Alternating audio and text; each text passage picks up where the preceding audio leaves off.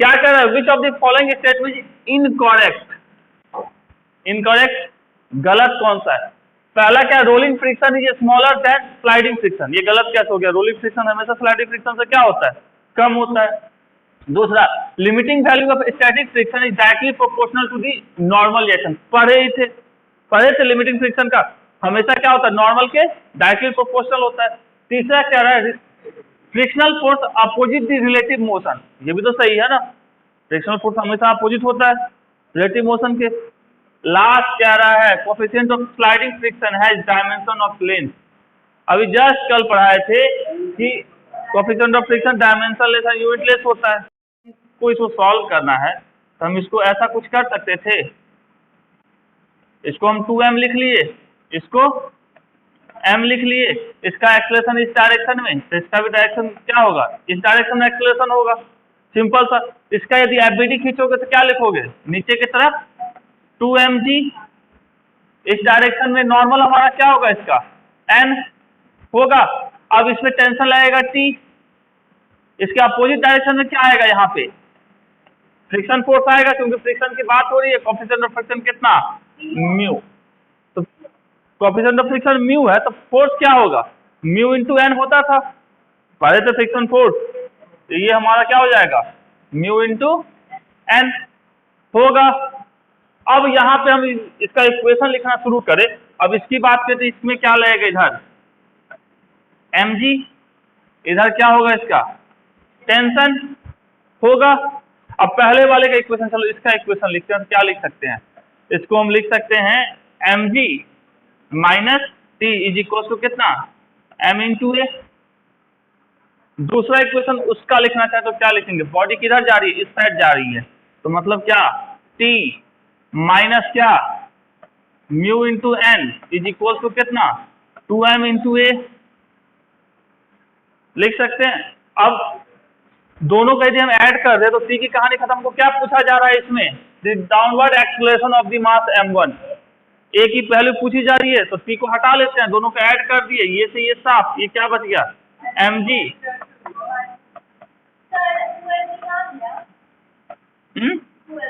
अब डालेंगे ना, नॉर्मल की वैल्यू भी डाले कहाँ है, अब नॉर्मल की वैल्यू डालते हैं mg माइनस म्यू, और नॉर्मल की वैल्यू कितनी होगी, n equal to 2mg, 3m into a होगा। अब सिंपल सा है, इसको लिखोगे क्या लिख सकते हो, m को कॉमन ले लिए, ये क्या बचेगा, चलो g भी कॉमन ले लिए, लो mg को कॉमन लिए, 1 minus 2 mu is equal to 3 ma। अब a की वैल्यू क्या हो जाएगी, a इक्वल से तो लिख सकते हैं कितना, m से m साफ, ये क्या बचेगा g 1 minus 2 mu divided by 3, कौन सा आंसर है, क्या कहा था, upper half of an incline plane. अब कोई हमारा क्या है, इंक्लाइन प्लेन है, चलो हम मान लीजिए हमारा क्या है, एक इंक्लाइन प्लेन है, कितने का इंक्लिनेशन है, थीटा का इंक्लिनेशन है। यदि टोटल लेंथ इसका कितना, मान लो यहाँ से यहाँ तक का लेंथ कितना है इसका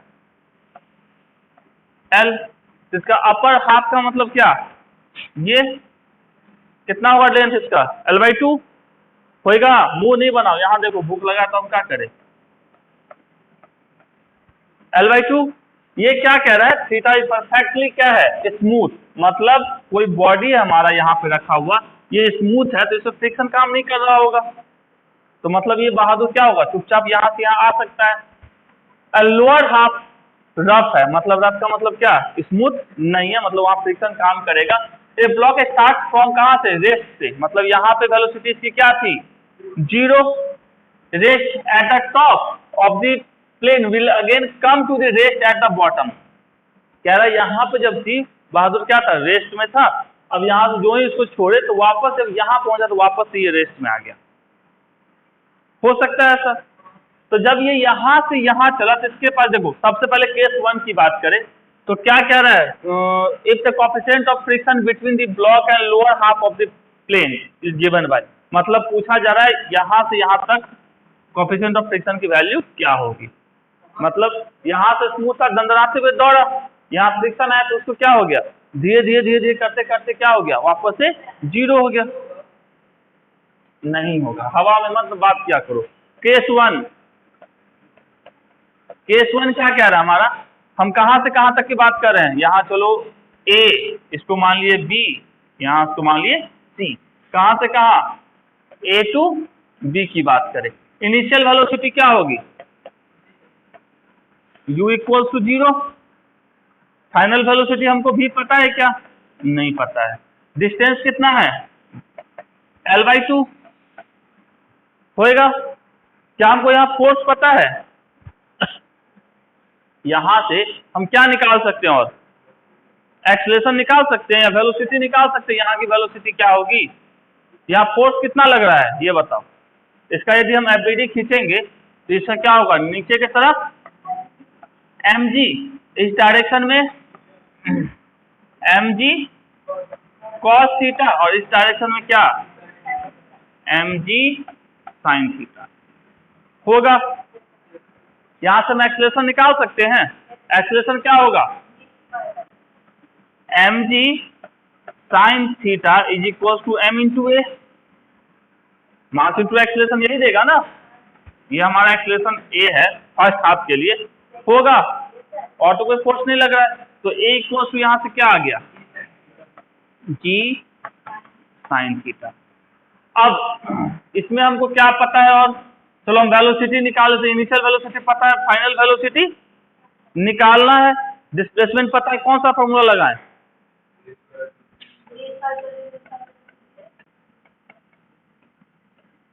हमको v square equals to u की वैल्यू 0 प्लस 2, a की वैल्यू कितनी, और s कितना है, तो यहां से हमारा क्या आ जाएगा, gl sin theta v square, तो v इक्वल टू कितना, √gl sin थीटा हो जाएगा। ये वेलोसिटी कहां पे है, पॉइंट यहां पे,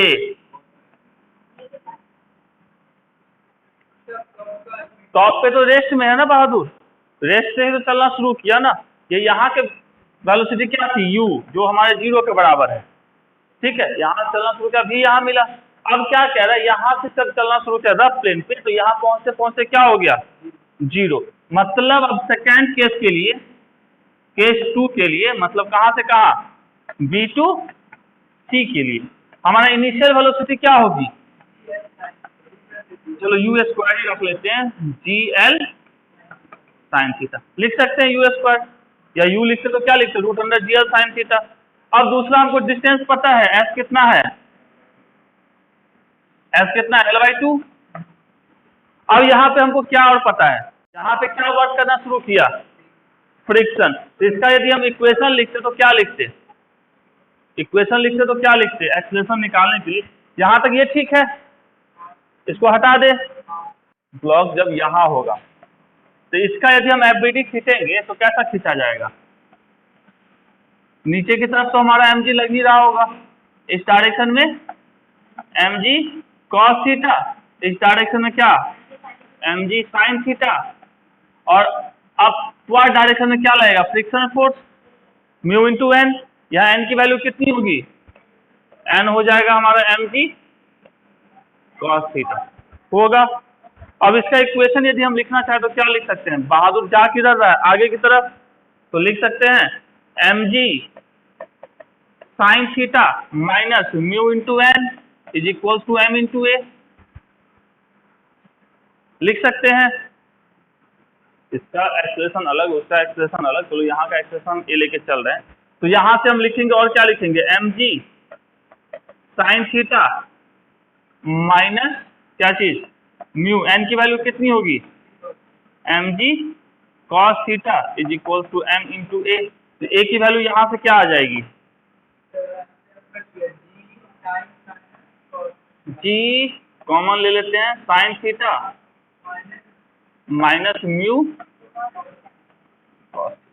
ये हो जाएगा एक्सेलरेशन की वैल्यू, होगा या नहीं होगा। अब हमको एक्सेलरेशन पता है, डिस्टेंस पता है, इनिशियल वेलोसिटी पता है, फाइनल वेलोसिटी क्या होगी इस केस में, 0।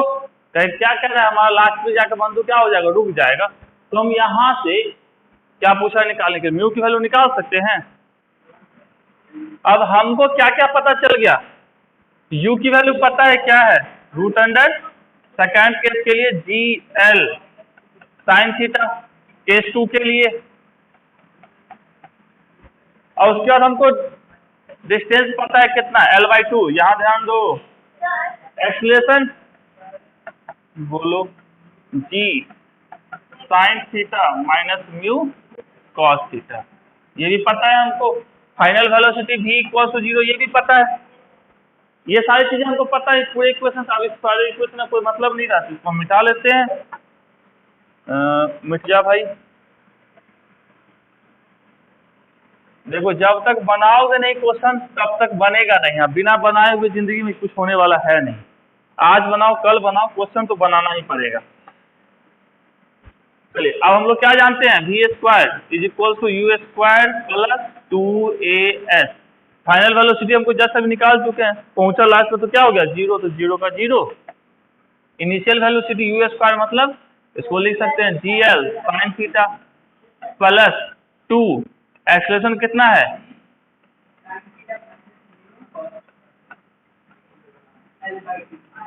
और इनटू ये 2 से 2 साफ। चलो, और चलो ये G से G साफ, L से L साफ। इस साइड 0 सब साफ हो जाएगा, तो इसको हम लिख सकते हैं कितना? 2 sine theta is equal to mu cos theta. तो यहाँ से म्यू इक्वल टू हो जाएगा 2 tan थीटा। इतना करने के लिए सर हम कह रहे हैं, क्या कह रहा है? ए ब्लॉक ऑफ मास 10 kg, एक हमारे पास ब्लॉक है, इसका हमारा क्या है? 10 kg का ब्लॉक है ऑन रफ हॉरिजॉन्टल सरफेस। ये क्या है? हॉरिजॉन्टल सरफेस रफ है, मतलब फ्रिक्शन तो होगा ही। हैविंग कोएफिशिएंट ऑफ फ्रिक्शन कितना? म्यू इक्वल टू कितना दे दिया है? म्यू की वैल्यू दे दिया गया है 0.5। Okay, if the horizontal force is 10 Newton acting on it. मान लिया हमने हॉरिजॉन्टल फोर्स 10 न्यूटन का इस डायरेक्शन में लगा दिया। कितना है? चलो 100 न्यूटन लो, 100 न्यूटन का हमने लगा दिया। Okay, acting on it, then acceleration of the block. Acceleration, स्वाभाविक फोर्स इस डायरेक्शन में लगा रहे हैं तो एक्सेलरेशन भी इसी डायरेक्शन में होगा। चलेगा तो आखिर बंद इधर चलेगा ना, उधर तो जा नहीं सकता है। लेकिन सरफेस रफ है, मतलब फ्रिक्शन है, तो अपोजिट डायरेक्शन में क्या काम करेगा? Frictional force. इसकी वैल्यू क्या होती है? म्यू इंटू एन, ये होती है, जानते हैं। तो इसका एबिलिटी खींचेंगे, इसको लिख सकते हैं tan g। ऊपर के साइड में नॉर्मल, तो नॉर्मल हमारा किसके बराबर हो जाएगा? n equals to tan g। तो हमारा म्यू इंटू एन किसके बराबर होगा? tan g into 0.5। कितना होता है tan g into 0.5? 5g, 5g होगा। चलो, अब इसका इक्वेशन लिखते हैं, तो लिख सकते हैं 100 newton minus mu into N is equal to कितना? m into a. लिख सकते हैं 100 न्यूटन का 100 रहने दिए, म्यू इंटू एन की वैल्यू कितनी है? 5g, एन की वैल्यू कितनी? 10 इंटू ए। अब ए की वैल्यू कितनी हो जाएगी? जी की वैल्यू कुछ कहा है क्या? नहीं बोला है कुछ, तो हम लोग 10 चलो मान लेते हैं। तो ये कितना हो जाएगा? 100 माइनस 50 डिवाइडेड बाई 10, ये कितना आ गया? 5 आएगा, 5 मीटर पर सेकेंड स्क्वायर। तो आंसर है ए लैडर वेटिंग कितना? 750 place against a smooth vertical wall having coefficient of friction. चलो, अब लैडर है तो एक हमारा वॉल है, इस वॉल पे हम एक लैडर को लगा सकते हैं, ऐसा कुछ लगा सकते हैं ना। अब इसका कुछ वेट दिए हुए है, तो वेट का डायरेक्शन क्या होगा? नीचे की तरफ ही होगा ना। कितने का? 250 न्यूटन। न्यूटन दिया है, 250 न्यूटन वेट है, वेट मास नहीं है। ओके, यहाँ पे बोला है कोएफिशिएंट ऑफ फ्रिक्शन की वैल्यू इस सरफेस पे म्यू की वैल्यू कितनी है? 0.3। तो हमारा नॉर्मल हमेशा कैसे होता है? सरफेस के परपेंडिकुलर। सीधी ऐसे रहे किसी भी एंगल में से क्या फर्क पड़ता है? हमको सरफेस के ऊपर परपेंडिकुलर। ये हमारा नॉर्मल होगा, तो नॉर्मल किसके बराबर हो जाएगा? n इक्वल्स टू 250 न्यूटन होगा। अब फ्रिक्शनल फोर्स क्या होता है? Mu into N. म्यू की वैल्यू कितनी? 0.3, एन की वैल्यू कितनी? 250। इसको मल्टीप्लाई करेंगे तो कितना आ जाएगा?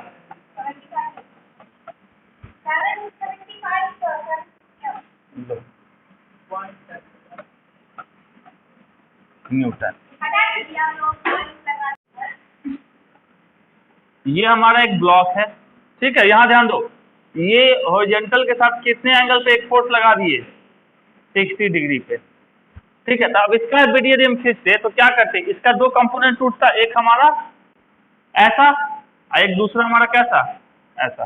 दो कंपोनेंट टूटता, एक हमारा जिसके साथ है तो इसको क्या लिखते, एफ cos 60, और ये हमारा क्या होता है, एफ sin 60 होता। अब बहादुर किधर जाएगा, राइट जाएगा लेफ्ट जाएगा, पीछे से धक्का दिया जाए स्वाभाविक है बहादुर इस साइड जा रहा होगा, एक्सेलरेशन इस साइड में, फ्रिक्शन फोर्स किस डायरेक्शन में लगेगा, इस डायरेक्शन में।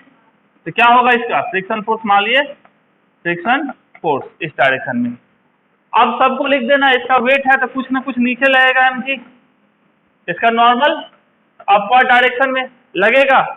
अब ये बहादुर ऊपर जा रहा है नीचे जा, तो नॉर्मल की वैल्यू क्या होगी, नॉर्मल इक्वल टू ये भी एफ साइन थीटा भी नीचे, एमजी भी नीचे, तो नॉर्मल के बराबर किसके बराबर होगा, एन इक्वल टू क्या लिख सकते हैं, एमजी प्लस एफ साइन 60 लिखा जा सकता है, नॉर्मल पता चल गया। अब फोर्स कितना लग रहा है हमको, जो हमारा फोर्स है वो कितना है इस बॉडी के ऊपर, हॉरिजॉन्टल डायरेक्शन में, एफ cos 60 है ना। अब इक्वेशन इसका लिखेंगे तो कैसे लिखेंगे, बॉडी इस तरफ जा रही है किसके वजह से, एफ cos 60 की वजह से, तो लिख सकते हैं एफ cos 60, इसको कम करने वाला कौन है, फ्रिक्शनल फोर्स, मतलब म्यू इंटू एन होगा, इज इक्वल टू कितना, एम इंटू ए, इतना ही करना था। अब यहाँ से हमको क्या निकालना, क्या है, क्या निकालना है यहाँ पे, तो maximum value of, what is the maximum value of force F such that the block so in the arrangement does not move। तो मतलब क्या है इसका, जितना फ्रिक्शनल फोर्स लग रहा होगा उतना ही फोर्स हमारा राइट हैंड साइड में लगेगा, तब तो बॉडी मूव नहीं करेगी। इसका मतलब एक्सेलरेशन क्या होगा, 0 होगा। तो सिंपल सा frictional force F cos 60 is equal to mu into N, तो F इक्वल टू कितना, mu into N by cos 60। Mu की वैल्यू पता है हमको कितनी है, 1/2√2√3, ठीक है। एन की वैल्यू कितनी, एन की वैल्यू ये हमारी इसकी वैल्यू पुट कर देंगे, मास की वैल्यू कितनी है, √3 इंटू जी, सबकी वैल्यू पुट करोगे, यहाँ एफ इक्वल्स को भी जस्ट क्या लिखे, mu into N divided by क्या, cos 60। इसी को ना सॉल्व करना है। म्यू की वैल्यू कितनी है हमारा, और हमारा चलो एन की वैल्यू कुछ ऐसा है, और हमारे कौन सा cos 60 की वैल्यू कितनी होती है, cos 60 की वैल्यू है, तो मतलब हम इसको यहाँ लिख सकते हैं, ऊपर 2 चला गया नीचे 1 आ गया, इतना लिखा जा सकता है। अब हमारा क्या है, एन की वैल्यू कितनी है, एम जी, एम की वैल्यू कितनी, √3 जी प्लस क्या है, प्लस क्या है, एफ ही है इसमें, और ठीक तो है, क्या दिक्कत है, एफ साइन 60, तो साइन 60 की वैल्यू कितनी होती है, √3/2। यहाँ से एफ वाले को एक साथ कॉमन ले लो, एफ की वैल्यू अलग रखोगे तो कितनी आ जाएगी, 20 न्यूटन। इतने तो putting the value getting the result करना था।